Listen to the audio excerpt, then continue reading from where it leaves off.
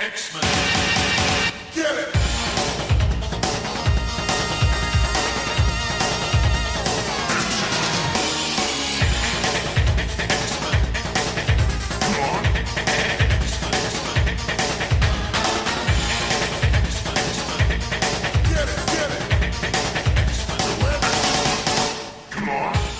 Hey everyone, and welcome to another exciting episode of Battle of the Atom.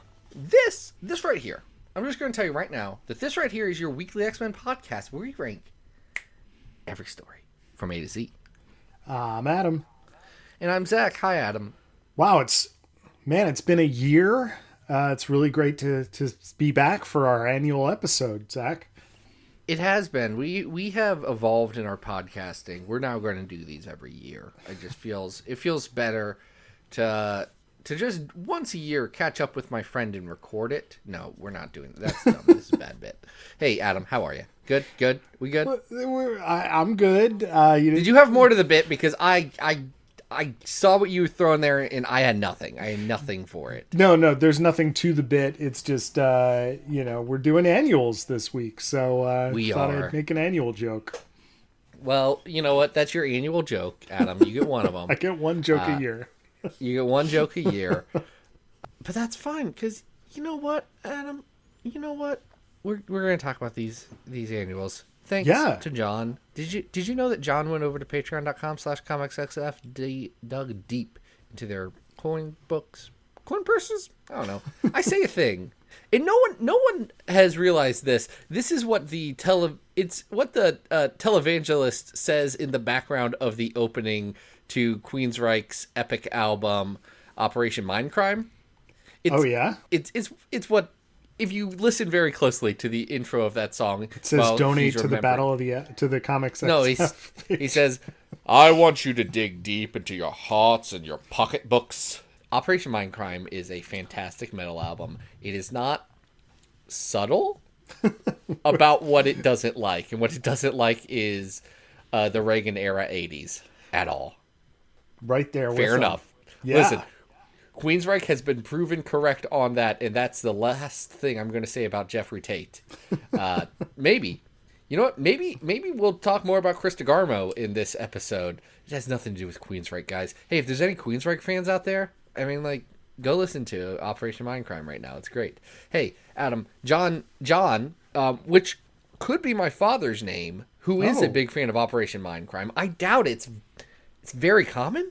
Mm-hmm. It's a very common name, so probably many Johns. Not him. There's, I've heard there is a first, second, and third John, and that's only of the numbered ones. There's unnumbered Johns as well. Well, John is starting us off with those 80s with his request this week, right? Yeah, his request is the giant-sized annual of The New Mutants. Annual number 3 from 1987. This was written by Papa Chris Claremont, pencils by Alan Davis with inks by Paul Neary. Glynis Oliver's on those colors, and Tommy Orrs, baby. Tommy Orrs is lettering this one. Now, this is a sequel to an X-Men annual, correct? Yeah, you say sequel. Both annuals came out the same time, or the same year. Isn't that weird? Like, if you were reading this one, you'd think, well, maybe this happened a couple of years ago, but no, it happens at the same time, I guess. It's like, hey, you remember that thing that happened to the other people that live in our house last week? Well, it's happening to us now. Yeah, so this is the second Impossible Man annual. So instead of Adam, yeah, what do you? We can't just say yes, the Impossible Man. We all know him. We should explain the Impossible Man. X-Men fans do not read things that aren't X-Men. Yeah. So the Impossible Man is green and purple, but not the Hulk, and is an incredibly annoying guy whose head looks like a very skinny, deflated football. He's like a cone head? He's from Fantastic Four number 11, so Yep. He's a very old school character. He's Mr. Mix's Picklet. Yes. Yes. He's Mr. Mix's Picklet. He's a mischievous little imp who can transform into anything. Yeah, he has his own kids. We've talked about him before once. Uh-huh. Yep. he's just a weird dude. He can do whatever he wants. He can take whatever shape he wants, and he's just screwing around. Well, and it makes perfect fodder for Alan Davis, who can draw just about everything, because this is a duel, a fight, a contest of wills between Impossible Man and the equally shapeshift possible Warlock. Yeah, and it's a weird excuse for Alan Davis to draw whatever he wants and say, hey, Glennis, you're great. This is all on you to distinguish this. He had to have sent notes, right? Like, they had to be like, Glennis, here's a script for this one. Yeah, we know. We understand the line art. It's impossible to tell what this is supposed to be, and you will screw up at one point. Well, luckily enough, whatever Warlock transforms into, he does often still have this this sort of bizarre grin on his face, which is wonderful. But yeah, Glynis probably did need some notes to figure out, well, the Hulk is the Impossible Man, and the Thing is Warlock, and probably... They have this weird thing with how they... The Impossible Man shows up, and he says, I'll do mischief. And then Warlock was like, I don't want you to do mischief. And then they say, I can shapeshift better than you. And they have a shapeshift battle across the globe. Yeah. But they start to have rules into it, like you can only be superheroes and then also or supervillains, but you have to, whoever turns into the first thing, you have to turn into their opposite superhero or villain. A lot of that seems to be happening off panel because the New Mutants are basically just playing catch up. So they get into their graduation costumes, which suck. The graduation costumes are so bad. Even Alan Davis can't make them look good. You know, they're really terrible. So they get into the costumes, and Magic is just trying as best as possible to teleport them via stepping disc to these various locations. And they range from a dock to like Carnival. Yeah, Rio de Janeiro. They end up at Wimbledon in one of my favorite scenes. They end up in Tokyo, where of course the Impossible Man turns into Godzilla, and then Warlock turns into Red Ronin from the Marvel Comics Godzilla comics. Yes. He should have turned into Jet Jaguar. That would have been even better. It's a really fun excuse for Alan Davis to draw just about anything under the sun. Gets to the point where Warlock is the Watcher and Impossible Man is Galactus. You mentioned the Godzilla thing.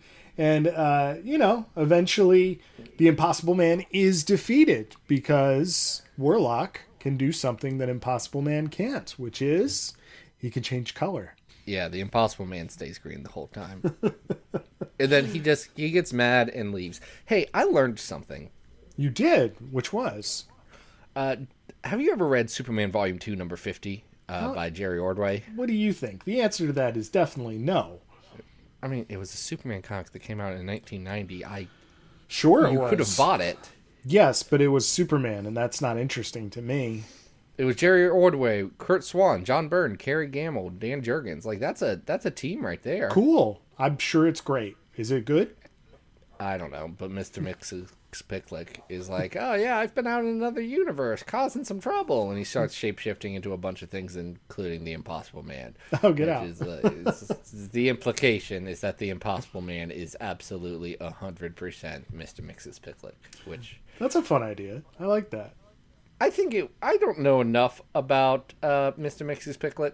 And listen, guys, if I'm pronouncing Mr. Mxyzptlk wrong, take it up with the people who threw just a bunch of consonants in his name and said, go to town, folks. Here's an X. I don't know. I feel like I knew how to say that at one time. Mr. Mxyzptlk, or I don't think I'm saying it right either. Well, doesn't matter. You gotta learn how to say it right backwards. That's the biggest thing. He's a little guy with a little purple hat and some suspenders, and he's not unlike Impossible Man, you know? So, we get the little gag at the end where Magneto, their current headmaster, comes in and is like, what you been up to? And they're like, nothing, we love you. And then he sees that they interrupted Wimbledon and is like, you kids! It's fun. a very weird ending. It's very much those rascally kids Yes. kind of ending. I don't understand it, Magneto. That's a weird one you did. It's cute. What's also weird, and this isn't this story's fault, but this story does have the 1987 lineup of the Avengers as Danger Room things that they fight. And Yes. boy, what a flop era for the Avengers. Listen, I know people love Monica Rambeau. Not my personal favorite, but Dr. Druid's here. Mm-hmm. Black Knight is here. Black Knight and Dr. Druid are some of the worst Marvel characters to ever exist. But props to Alan Davis, who these are not just the Avengers. These are teen versions of the current Avengers roster. And Alan Davis very clearly is able to draw them at the correct age. So hold on. Dr. Druid is still bald. he's still bald, which is funny. So is this a good comic? I don't know. Yes, I think this is a really fun comic. It's just light and silly, and annuals are, a great space to kind of just have a good time, and I think this is a good time. Well, here's the thing, Adam. We rank good times here on this all vibes, all enjoyment, all good times podcast, except for all the bad times we talk about. Hey y'all, this podcast is about a list. Sorry, I'm off my game tonight. I don't know what's up. You're doing but fine. I do know It's been a year. fine. Give yourself some slack. It's been a while. Man, there's a song lyric it's been a year since. Okay, I don't know. Pretend I made a Gaslight Anthem reference that Adam didn't pick up. It's okay. He's from Jersey. He should understand that. But it doesn't matter. What does matter is that we have 657 stories on our list. Adam, I don't know if you actually like the Gaslight Anthem or not. They're fine. I just didn't think that was a melody much. It was like buh, buh, buh, buh. It sounded like just... No, I was saying pretend that I remembered whatever Gaslight Anthem song about fast cars and girls named Maria. Yep. That I was thinking of, and longing for a place that's no longer there. Anyway, all those stories. Hoxpox is the best one. That's the House of X Powers of 10. Uncanny X-Men 314 Early Frost is sitting at number 100, and frankly, it's been sitting there for a while. Mm-hmm. I feel like we've been in a slump of these are the bad comics. Middle ground. We've been pushing things down instead of... Have we? Because the highest ranked comic we've done in a while is 152. It's true. It's been a while. Also, number 200 on the list is the Arms of the Octopus crossover.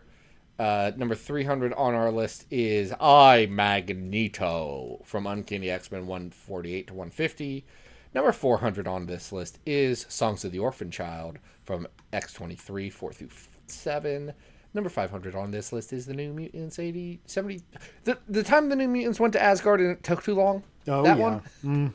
Yeah, the time that it was too long. Number 600 on our list is Spider-Man and X-Factor Shadow Games. And then the worst X-Men story of all time is the Draco. Of course it is. Adam, how are you feeling about this one? Because, I don't know, our top annual is at 156, which is a Wolverine and the X-Men annual. Well, technically Asgard Wars are specials and not annuals, but it's close enough. Well, there's an annual in there. X-Men Annual 9. But... Oh, no, because they do it giant size. Okay, yeah, they do giant size New Mutants. Yeah, they did that instead of doing New Mutants Annual 2 for some reason.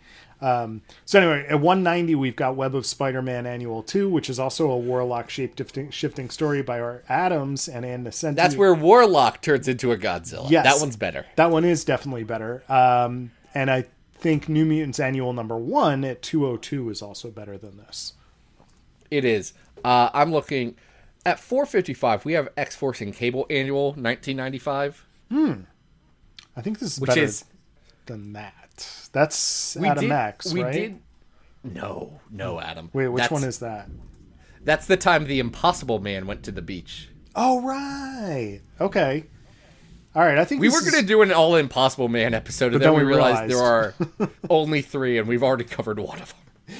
Yeah, I definitely think this is better than that. I don't think on this... I mean, we have to remember that this is a a Claremont Alan Davis joint, and I think it's a lot of fun. Yeah. So It's not one of their best ones. They did all of this stuff better during the Cross Time Caper. sure, but like at 414, we have the Magus Through the Dimensions arc of New Mutants, 47 to 50. I think this is better than that. Maybe. Man, this list is weird. The more I look at it, the more I'm confused at our choices sometimes, Adam. That's I know fair. that's been a running theme, I think, recently as we've gotten older. It just can, yeah, it happens. I think we're in the This is- right spot though, like in the low 400s here. Yeah, it's like, but what's 400 again? It's Song of the Orphan Child? Yes. This isn't as good as, isn't it? No. What's Wolverine's Revenge? Wolverine Volume 4. Oh, that's the one with his kids that Yeah. he murders. Yeah. I think this is more fun than that. This isn't as good as Bishop's Crossing at 398. No, that would be a hard ceiling right there. But it's probably better than Exile's 62 to 65 Timebreakers. I would disagree. That's the story where Beak saves the world with friendship. All right. Okay. That one's better. That one's better. That's the Bugs. Songs of the Orphan Child, though, I would take this over that. Okay, that's fine. That's fine. Oh, nope. I just wrote down that this was... I did a copy-paste bad. Hold on. Cut that out, Adam. No worries. So our new number 400 is New Mutants Annual number 3. Where are we going now? We're going to evolve a little bit and go to X-Force Annual number 3. As we all know, the New Mutants turned into X-Force. But this isn't about X-Force. It's about, everyone's favorite superhero team, Three Piece. I thought for a second you were going to say Three Piece, and I was like, nah, he's going to say Mutant Liberation Front. No, he said Three Piece, and people are probably going, what the heck is Three Piece? Oh, it's a team with the Collective Man, Nua, and Jade Dragon. Yes, 3 Chinese rebels who are, just trying to strive against the communist rule in China. And they become a tool. Jade Dragon is not an OC. Jade Dragon is not original to this story. I just realized. No, and I was looking back. Oh my gosh! Do you know who created Jade Dragon? Gonna guess Kirby. Is it that old? No, but it is racist enough to be a Kirby caricature of an Asian person. Rest in peace, Jack. Give me. You had some interesting thoughts about the East. It's Jim Mother Lovin' Lee. Oh, really? That's interesting. Yeah. Wait, where does he first appear? Alpha Flight, baby. Oh, interesting. We're talking pre-Punisher Jim Lee. Yeah. Well, and I had to just glance back at how old the Collective Man was, and I didn't realize he was an Incredible Hulk character. Yeah, Collective Man been around for a bit. Yeah. Never good, just the only Chinese character that has stuck around for some reason. Yeah. So Fabes is writing this. Mike Wieringo is penciling with inks by John Lowe. And the narrator of this story is the post-re-Asgarded Danny Moonstar. And she has fear arrows now. It's great. Yes, they had to make her very 90s, and I honestly love this costume. I am a big fan of it. She's got sort of like a grifter style mask headband thing going on, and then like you said, the like Psylocke arrows. They're pretty cool. I think having the psychic arrows is a great move for Danny, only in so much as it makes her powers something more visual that you can deal with, like this is her signature of a thing is hitting you to have your powers, not just your worst fears show up. Right. Yeah. So I think that works well. I like the mask. I don't love the rest of the costume. I don't love the colors. But this is, like you said, this is about Danny, who has infiltrated the Mutant Liberation Front for means that we do not learn in this story and do not learn till years later. But she's having concerns because Rainfire is running the organization now, and she does not trust him. No, I believe she also thinks that Rainfire is, as many readers suspected, a new version of Sunfire.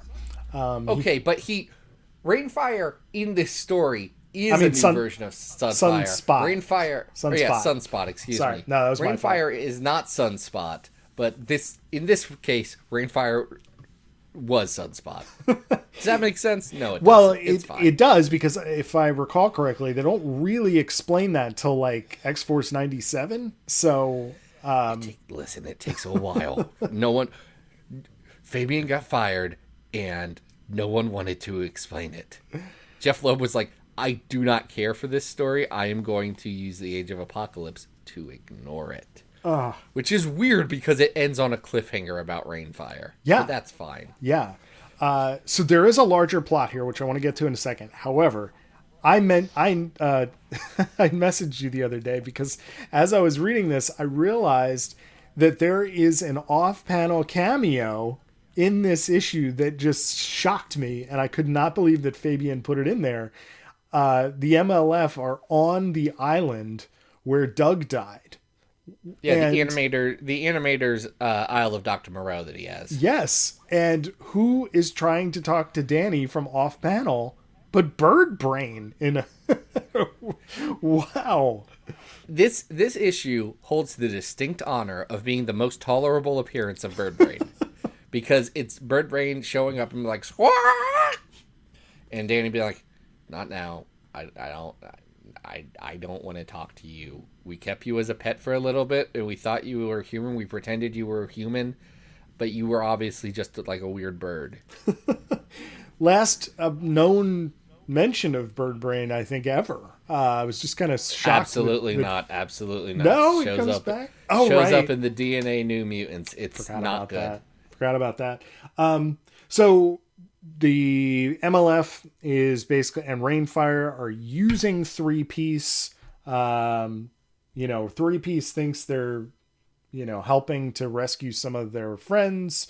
Rainfire is secretly turning them into the Chinese government so that he can get weapons or something. Is that what it is? Yeah, they're trying to overthrow the Chinese government, the People's Republic of China, and then the superhero team China Force, which again, apparently this whole issue is an homage to some Jim Lee Alpha Flight, which is truly bizarre. Yeah, these are not characters I think most people recognize or know about. I refuse to read Alpha Flight, so people tell me it's good, but they're telling me, oh yeah, the John Byrne stuff's really good, and is it? I don't know. Is it? I don't know, folks. I've been lied to before.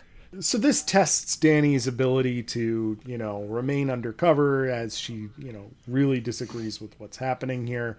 And the story ends with her sort of regretting her decision to be on this team. And there's a backup with Siren encountering an old lady ghost, which is, I guess, okay. I have no idea what this story that should have been in Marvel Comics Presents is. This should have been the last story in an MCP issue. It's Jim Kruger, Arnie Jorgensen. It's so forgettable, I can't tell you what happens besides she met a lady ghost. That's it. She woke up in the night, she met a lady ghost, and when she went back to look in the morning, there was no more old lady ghost. And she was like, man, Cassidy Keep, it's a spooky place. That's it. Miserable and magical. Oh, yeah. So I think Ringo's art here is, it's pretty solid. It's not the best Mike Ringo. It's not as good as the Rogue series. Well, yeah, I think that, it's been more stylized in other places, but it's still pretty good here. I mean, it's still Mike Ringo. But, as stories go, this is an X-Force annual about the MLF, Rainfire, and Three-Piece. So your mileage may vary as to whether that's interesting to you or not. Here's what's interesting to me. Forearm and Moonstar are friends. Yes. She's like, oh yeah, Forearm, you're cool. Yeah. Forearm, you're just like a chill bro. You remember how Forearm appeared on Krakoa and he was living with his MLF friends in a weird shack, and then he was sitting out in a busted couch with a dog next to him, and it was like, yeah, live your best life. And now he's on a space station, and that's Al Ewing. You should have let him be a garbage man still. let him live in his filth. I love Forearm.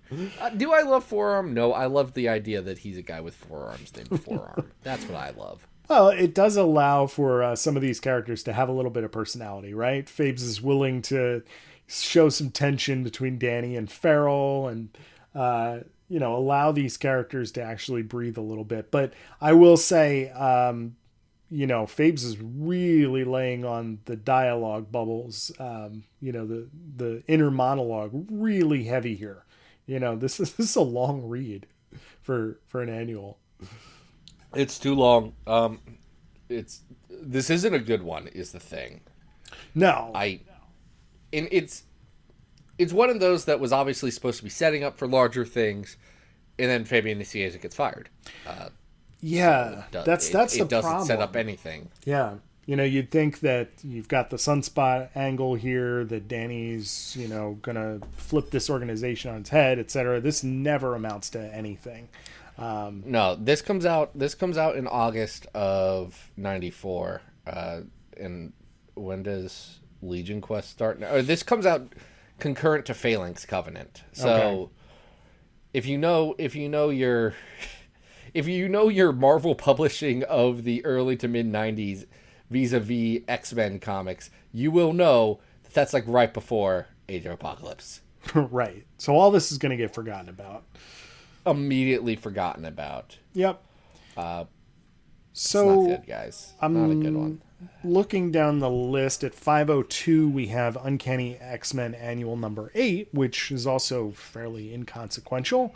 The art in this is probably better, but the story is just as slight. So I don't know. Which one's number 8? Oh, The Adventures of Lockheed, the Space Dragon, and his Pet Girl Kitty. Yeah, that one's also bad. Yeah. This one's kind of better than that. This isn't as good as Daddy Boros, which is at $4.99. All right, so I think we've got a little bit of a window here. Is this better than... That's the Return to Asgard arc of New Mutants? Yeah, this is better than that. It's not as good as the all-new X-Men arc where they're in Paris and Cyclops gets beaten up.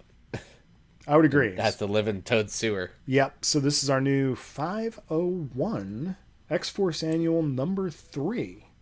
Now, we'll move on to something that I said, oh yeah, Adam, this is another weird annual. We should cover it. And then he tells me that actually this is part of the Rage Against the Machine event. And I'm like, what? Yep. The event. It's just a story arc. But this one, it's another weird one, folks. Well, it's funny that you called it Rage Against the Machine, because the first cover, I believe, calls it Part 1 of Metal Wars or something, and then there's very little branding on these to make you think that they're part of a 3-part story, other than the third part saying the senses shattering conclusion, and you're like, to what? It's the conclusion of the dawn of M-Tech, as you should know. That's right. You know about M-Tech, right? Well, there was a relaunch, right? We had... It wasn't a relaunch in so much as it was 3 series that spun out of this bad event.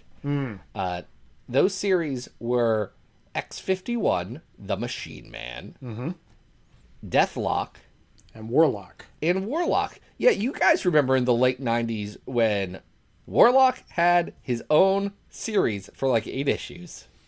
Yes, but it's really Douglock, not quite Warlock. Douglock is Warlock. No, okay. So it was your confusion is part of the issue with this story, because this story is really about Douglock accepting that he is Doug and Warlock, and he's just going to deal with that. Sure. Yeah. This story's not about a lot, to be fair, but that's kind of what it's about. The Louise Simonson, Pascal Ferry Warlock series that goes for 8 issues is about what if no, Douglock's dumb and we just do stories with Warlock again, and also there's a pet monkey. Yeah. That's not a joke, folks. That's what happens in that series. Is it as good as you want it to be? No. It's fine. Yeah, so whether this is the dawn of M-Tech or whatever, Rage Against the Machine Part 1, that it's weird because it's not consistent across the 3, but it is supposed to lead into this M-Tech line. And so we've got Uncanny X-Men. They want to do a whole line about some robots. Yeah. I guess. This doesn't make sense. Well, which would be fine if any of those robots were interesting. Hold on. Warlock's very interesting, and... In this form? No.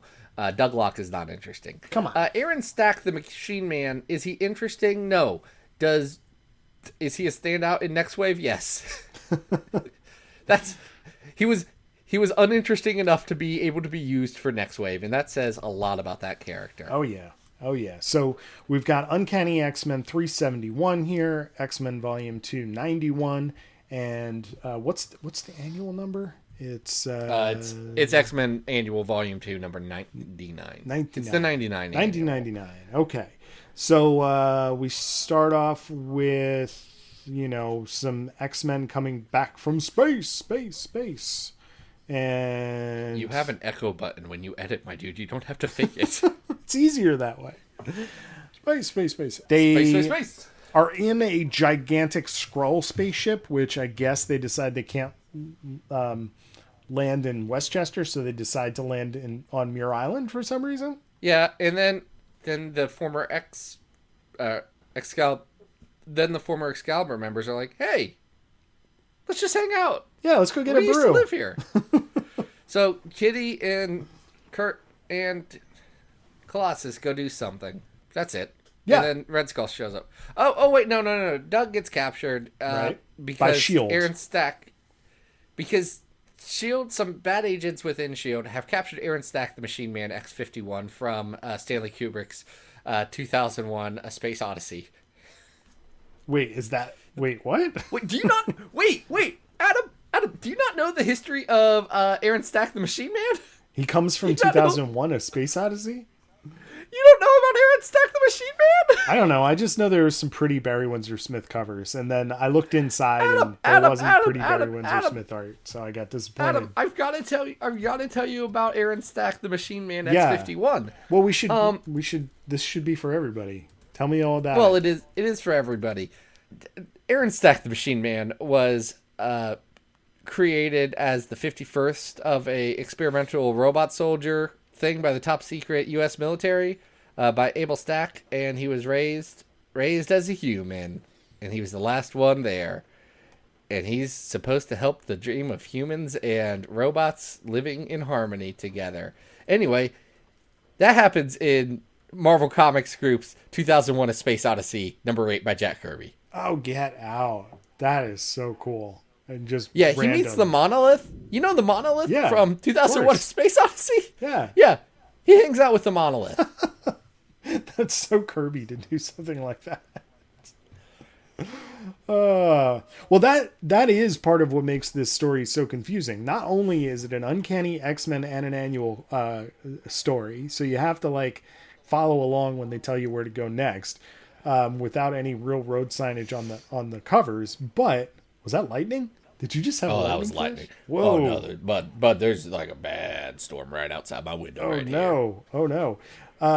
But you have your Warlock, you have your Machine Man, and you have a new Deathlock, and it's all kind of competing against each other, right? Because S.H.I.E.L.D. is trying to make a new Deathlock with the Machine Man, and Red Skull is trying to control Douglock because he wants control of the Phalanx, but it's all happening on the same S.H.I.E.L.D. helicarrier. Nick Fury's not happy about this, and our remaining X-Men Excalibur characters are there to try and help out. And there's some interesting art here, right? The first issue we get not Jim, but Jimmy Chung doing the artwork and doing something a little more cartoony there, which is interesting. It is very weird that it's Jimmy Chung. I understand why it is what it is, but it's very weird that it's Jimmy Chung. It's Jimmy. Then on, we get Andrew Robinson doing the X-Men Volume 2, but then what I really liked was the Annual is drawn by Rick Leonardi, who I don't know had drawn these characters in a while, but it was really fun to see Rick drawing, Colossus, Kitty, and Nightcrawler again. It was cool. Yeah, that part's nice. It's just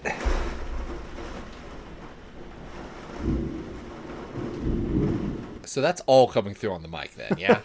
We just paused for thunder. We'll see if that picked up. I could hear it. Folks, there may be a rain delay in the recording. We will have to see. I saw lightning, I saw thunder. It was a whole situation. Hey, do you need to take cover? No, I'm good. I'll Here, I shut the blinds. Shut the blinds. It's fine. We're fine. No, it's just that Alan Davis's X-Men is bad. And is it Alan Davis's fault? Yes, because he wrote it. Also, they said, "Hey, Alan, can you like do 6 issues for us while we fill in this new thing?" He said, "Yeah, sure. I got it. People like me. I'll do it." And they're like, "Hey, Alan, actually, we need another arc. Can you do another 6?" And it's only supposed to be on 3-month stints between X-Men and Uncanny. So they keep doing that for about a year and a half. I agree. I mean, the general outline of this story is kind of weird, and like I said, it conflicts with itself because of the various motivations of its villains and heroes. I will give Davis, and we have scripts by Terry Kavanagh here. I feel like they're getting the voices of the characters right as we go through this. At least for the core Excalibur characters, which you would hope that Alan Davis would at least have, his mind wrapped around. And I think they do a good job of that. But the overall plot of Red Skull trying to get the Phalanx, and then it ends with Douglock trying to get the Deathlock to kill him, to kill Douglock, because he feels like that's the only way out of the situation. It's not great, it doesn't actually provide for the action you might expect with having these 3 robotic characters.